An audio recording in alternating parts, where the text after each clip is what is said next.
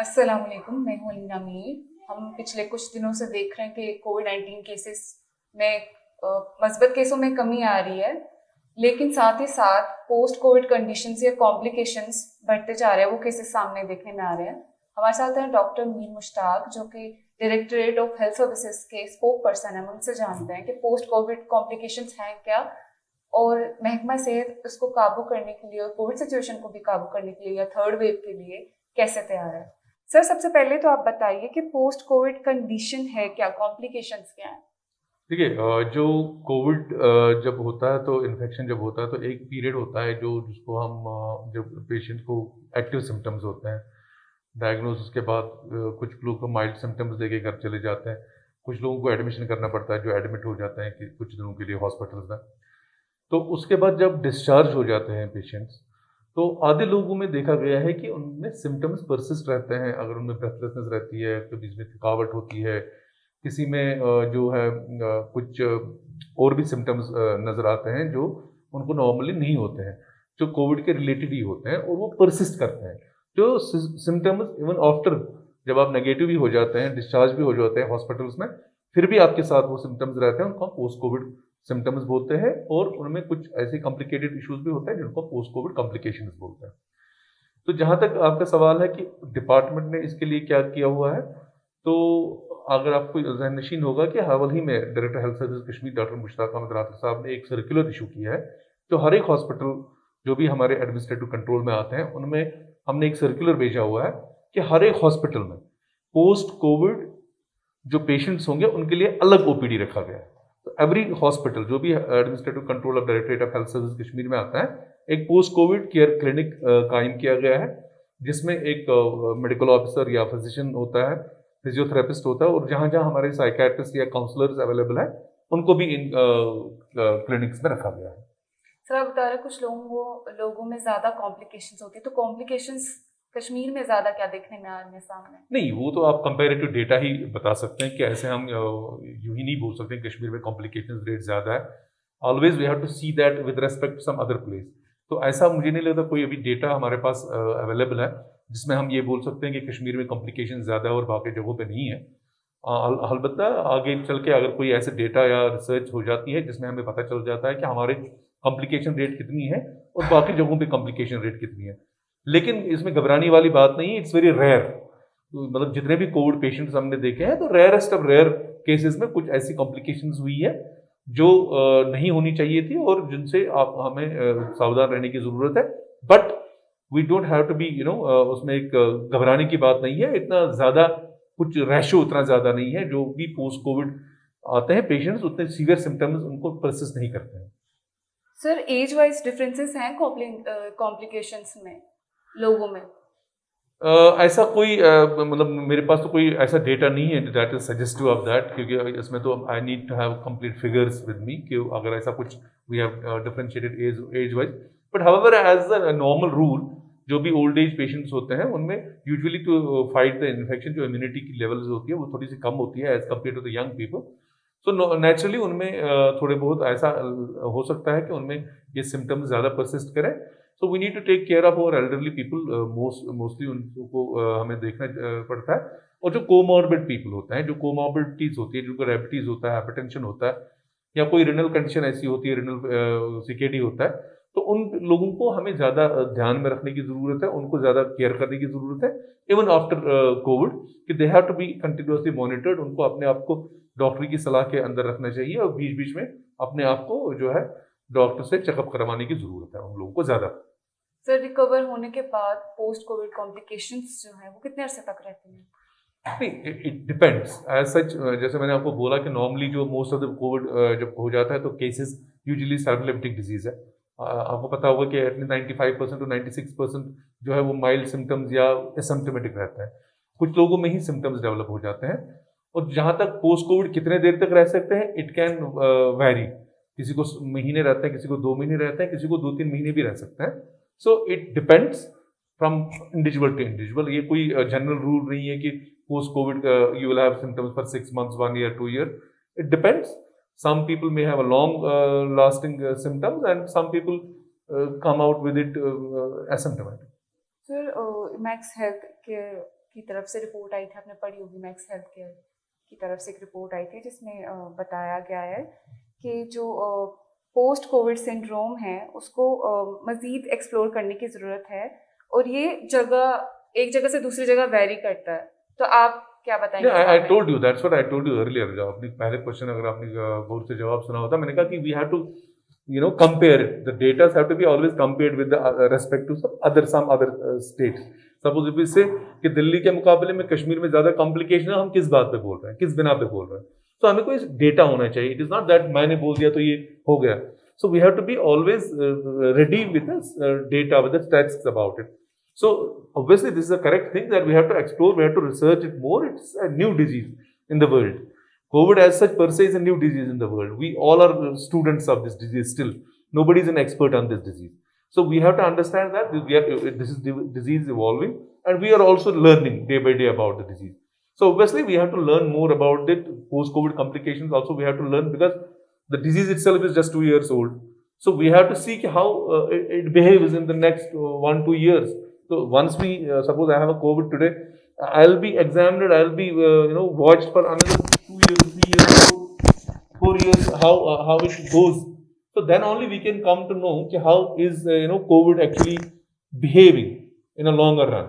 Sir recently एक report आई थी जिसमें यही बताया गया था कि कोविड-19 के केसेस कम हो रहे हैं, लेकिन पोस्ट कोविड कॉम्प्लिकेशंस के केसेस ज़्यादा आ रहे हैं। तो अभी क्या सिचुएशन है कश्मीर के हॉस्पिटल्स में, और आप लोग कैसे वो सारी चीज़ें हैंडल कर रहे हैं अभी? नहीं, जैसे मैंने कब बोला कि आपको cases have come down, definitely cases have come down. So the focus has shifted to the post-COVID complication is more now, because the new cases are coming less. So people are reporting to the hospitals who have post-COVID complications. So but घबराने की बात नहीं है. It is not an alarming situation that we have to be, we have to scare people about it. As I told you that those people who have comorbid, who had COVID, they need to be taken care of, and they should watch out for the post-COVID symptoms more rather than those who are young, healthy adults. So we have to understand that, and the government has already kept facilities available everywhere. In each and every hospital, there are separate OPDs now established for post-COVID care clinics in the Directorate of Health Services Kashmir. So I don't think people need to worry about it. They have, अगर आपको कोई persistent symptom ऐसा लग रहा है, you should seek help of a doctor as we do in any other normal disease. Sir third wave के बारे में आप क्या बताएंगे? मतलब थर्ड वेव के बारे में मुख्तलिफ रिसर्च वगैरह भी सामने आए हैं, तो कश्मीर में कैसे, मतलब हमारा जो महकमा सेहत है वो क्या कर रहा है कि थर्ड वेव से बचा जा सके? देखिए, थर्ड वेव, पहली बात यह है कि we all wish that third wave ना आए. हमारी अल्लाह से दस्त बदुआ यही होंगे कि थर्ड वेव ना आ जाए. लेकिन उसका ये कतई मतलब नहीं है कि हम उसी चीज़ को लेके सो जाएं कि नहीं थर्ड वेव नहीं आने वाली है, तो ऐसा कुछ भी होना नहीं, बोले कोविड इज़ ओवर, तो ऐसा नहीं भी सोचना है. गलत है बिल्कुल. ये कंप्लेसेंसी होगी हमारे लिए. तो department is not complacent, department is active on this. हमारे डायरेक्टर साहब जो है, director health service Kashmir, doctor Mushtaq Ahmad Rather, आपको पता ही होगा कि he has visited each and every village. आपको मैं बताऊं कि each and every tehsil, district, wherever there are hospitals, wherever there are facilities of health, each and every facility has been visited personally. और उन्होंने देखा है कि जहाँ जहाँ हमारी फैसिलिटीज़ में फुकदान था उनको कवर अप करने की कोशिश की गई. इस दौरान हमने नीको, न्यूनेटल इंटेंसिव केयर यूनिट्स बनाने की कोशिश की, पीडियाट्रिक इंटेंसिव केयर यूनिट्स बनाने की. जो हमारे एसएनसीयूज थे कुछ हॉस्पिटल में ऑलरेडी बने हुए, तो उनको अपग्रेड किया गया, उनको 24/7 चलाया गया. डॉक्टर्स को ट्रेन किया गया, पीडियाट्रिशियंस को ट्रेन किया गया, जो पैरामेडिकल स्टाफ है उनको ट्रेनिंग दी जा रही है, कंटिन्यूसली ट्रेनिंग दी जा रही है. वेंटिलेटर्स को हैंडल कैसे करते हैं, आईसीयूज में कैसे हमें हैंडल करना है सिचुएशन को, उसके लिए ट्रेनिंग दी जा रही है. क्योंकि ये पॉसिबिलिटी ये जताई जा रही थी कि थर्ड वेव जो है वो पॉसिबली बच्चों पे ज़्यादा असर करेगी, क्योंकि जो वैक्सीनेटेड नहीं है वो ये एक चीज़ को लेके ये किया जाता था, एनालिसिस की जा रही थी कि शायद प्रोबेबली ये बच्चों को हिट करेगी ज़्यादा. तो इसलिए जो बच्चों की जो पीडियाट्रिक सेटअप है हमारे हेल्थ का, उस पर फोकस किया जा रहा है, उसको अपग्रेड किया जा रहा है हर एक हॉस्पिटल में. सो अल्हम्दुलिल्लाह अभी तक जो है उसके नताइज ये हैं कि we are absolutely ready with it, कि God forbid if the third wave comes. जैसे कि डिपार्टमेंट ने फर्स्ट वेव और सेकंड वेव में बहुत ही अच्छा काम किया है, सराहनीय काम किया है, जिसको अप्रिशिएट किया गया. न सिर्फ कि यहाँ के लोकल्स ने इसको अप्रिशिएट किया है, बल्कि पूरे मुल्क में उसकी नज़ीर दी जा रही है और उसको अप्रिशिएट किया जा रहा है. तो अल्लाह की मदद से इंशाल्लाह with the help of the जो हमारे गवर्नमेंट है, हमारे एडिशनल सेक्रेटरी जो एडिशनल चीफ सेक्रेटरी साहब है, डल्लू साहब है, काफ़ी मतलब मेहनत कर रहे हैं इस सिलसिले में, काफ़ी रिव्यूज़ ले रहे हैं। हर एक मतलब दिन एक न एक मीटिंग ऑर्गेनाइज की जा रही है और department is active and all the department के जितने भी लोग हैं जो भी ग्राउंड लेवल वर्कर से लेके ऑफिसर्स तक है, everybody is concern about it. और काम यही किया जा रहा है कि थर्ड वेव को हम कितना अच्छे से फाइट कर सके, यही मतलब फोकस है अभी डिपार्टमेंट का। सर वैक्सीनेशन के अमल का बताएं कि मतलब शुरू से लेकर जब से स्टार्ट हुआ है और अब तक क्या है और आगे का क्या अमल रहेगा उसका। वैक्सीनेशन जैसे आपको पता होगा कि पहले जब हमने वैक्सीनेशन का जो सिलसिला शुरू किया था तो काफ़ी वैक्सीन हेजिटेंसी थी लोगों में, क्योंकि कुछ सोशल मीडिया के जरिए भी कुछ अफवाहें फैलाई गई थी जिससे कि लोग हेजिटेंट थे वैक्सीन लेने में। तो बट डिपार्टमेंट ने एक अच्छी मुहिम चलाई, डिपार्टमेंट ने एक अच्छी जो मैसेजिंग की लोगों को इन्वॉल्व किया गया, डॉक्टर्स को इन्वॉल्व किया गया, सीनियर सिटीजन को इन्वॉल्व किया गया, जर्नलिस्ट आगे आगे आए। और सबसे बड़ी बात जो मुझे लगती है वो है कि डॉक्टर्स खुद पहले आए, उन्होंने खुद अपने आप को वैक्सीन किया, अपनी फैमिलीज को वैक्सीन किया। बड़े बड़े जो हमारे यहाँ ऑफिसर्स है, ब्यूरोक्रेट्स है, वो सामने आए, उन्होंने खुद को वैक्सीन किए। तो उससे जो एनकरेजमेंट मिली लोगों को, फिर आहिस्ता आहिस्ता जो हेजिटेंसी थी वो चेंज हो गई इनटू एक्सेप्टेंस, लोगों ने वैक्सीन एक्सेप्ट करना शुरू कर दिया। और बीच में और एक दौर आया था जहां हमें लगा था कि वैक्सीन हेजिटेंसी फिर से बढ़ रही है, क्योंकि कुछ अनसोलिसिटेटेड स्टेटमेंट्स आए थे मीडिया के थ्रू, जिससे लोगों में बदजुनियां पैदा हो गई थी। लेकिन फिर एक स्ट्रैटेजी जो गेम चेंजिंग स्ट्रैटेजी बन गई वो डायरेक्टर हेल्थ सर्विस कश्मीर ने यहाँ कर दी कि उन्होंने जो वैक्सीनेशन की जो हमारी जो प्रोसेस थी, जो स्कीम थी, उसमें चेंजेस लाई।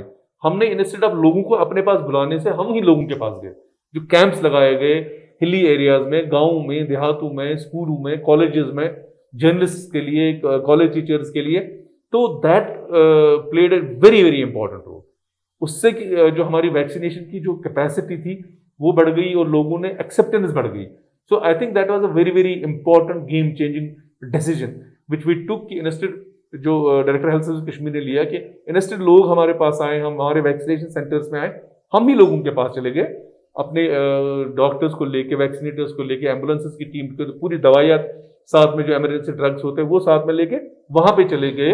और उससे जो फायदा ये हुआ कि लोगों ने वैक्सीन को एक्सेप्ट ज्यादा किया और हमारी जो कवरेज थी, वैक्सीनेशन कवरेज जितने जो हमारे टारगेट्स थे उनको हम अचीव करने में कामयाब हो गए। और मैं आपको ये भी बताता चलूं कि ये जो डिसीजन था इसको अप्रिशिएट किया गया पूरे कंट्री में और उसको रेप्लिकेट किया जा रहा है। मैं अभी एक न्यूज़ पढ़ रहा था बिहार के सिलसिले में, वहां पे भी कुछ इनएक्सेसिबल एरियाज है जहां यही स्कीम वहां पे अब बोर्ड्स के जरिए जाया जा रहा है, वहीं पे जाकर लोगों को वैक्सीनेशन की जा रही है। और मुंबई हाई कोर्ट ने या दिल्ली हाई कोर्ट ने भी ये अपने गवर्नमेंट से कहा है कि you should need to replicate the model of J&K।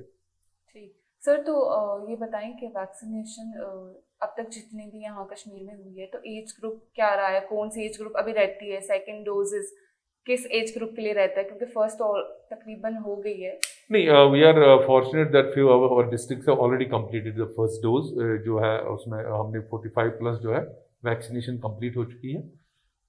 अभी हाल ही में हमने 18 प्लस भी शुरू कर दिया है, तो 18 प्लस भी अभी चल रहा है। तो अभी जो आपको पता ही कि मतलब 18 से बिलो जो लोग हैं वो अनवैक्सीनेटेड है, उनकी अभी गवर्नमेंट ने उनके लिए अभी इकदाम नहीं उठाए हैं, मतलब वो डिसीजन अभी नहीं लिया गया है। अलबत्ता प्रेग्नेंट लेडीज़ के बारे में ये पहले जो डिसीजन था कि उनको अभी वैक्सीन नहीं किया जाए वो अब खुल चुका है और उनको गवर्नमेंट ऑफ इंडिया की गाइडलाइंस आई है कि प्रेग्नेंट लेडीज़ भी अब वैक्सीन ले सकते हैं, तो उनको भी वैक्सीनेशन करने का अमल जो है शुरू हो चुका है। तो आहिस्ता आहिस्ता जो टारगेट यही है कि everybody needs to get vaccinated. So अब स्टेप बाय स्टेप किया जा रहा है और हर एक को जो पहले फ्रंटलाइन वर्कर्स को दिया गया, उसके बाद बाकी जो सीनियर सिटीजन को दिया गया, उसके बाद 45 प्लस में जो भी आते थे उनको दिया गया, फिर 18 to 44 के लिए खुल गया। तो गवर्नमेंट का एम यही है कि everybody should get vaccinated as early as possible.